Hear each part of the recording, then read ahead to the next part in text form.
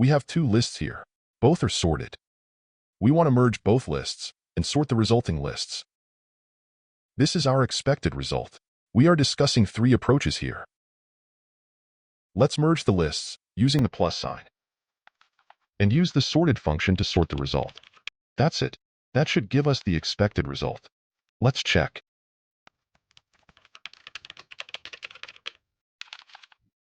Here it is.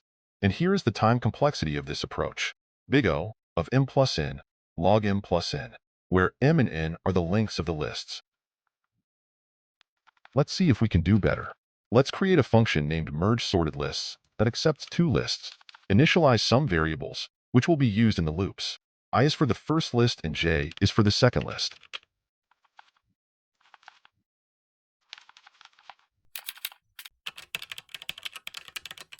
If list 1 has the larger item, then add that to the merged list and increase I by 1. If list 2 has the larger item, then add that to the merged list and increase j by 1. This while loop will end when one of the lists has no item. But one of those lists might still have items, right? For that, run another while loop for the first list and add those remaining items, if there is any. Do the same thing for the second list.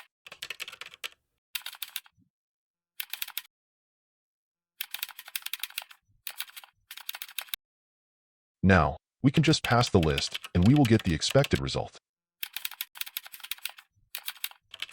The time complexity of this approach is big O of m plus n, where m and n are the lengths of the lists.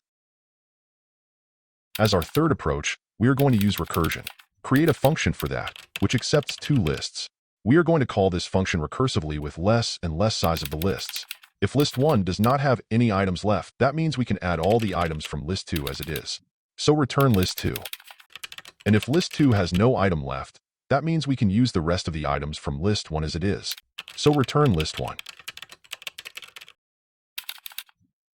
If not, then go for the next step. Check if the item from the first list is smaller than the item from the second list.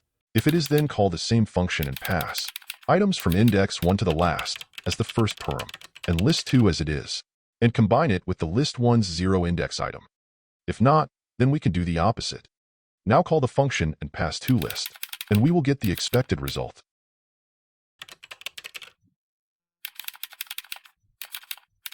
The time complexity of this approach is big O of m plus n, where m and n are the lengths of the lists. You can choose any from the second and third approach if the list size is very big.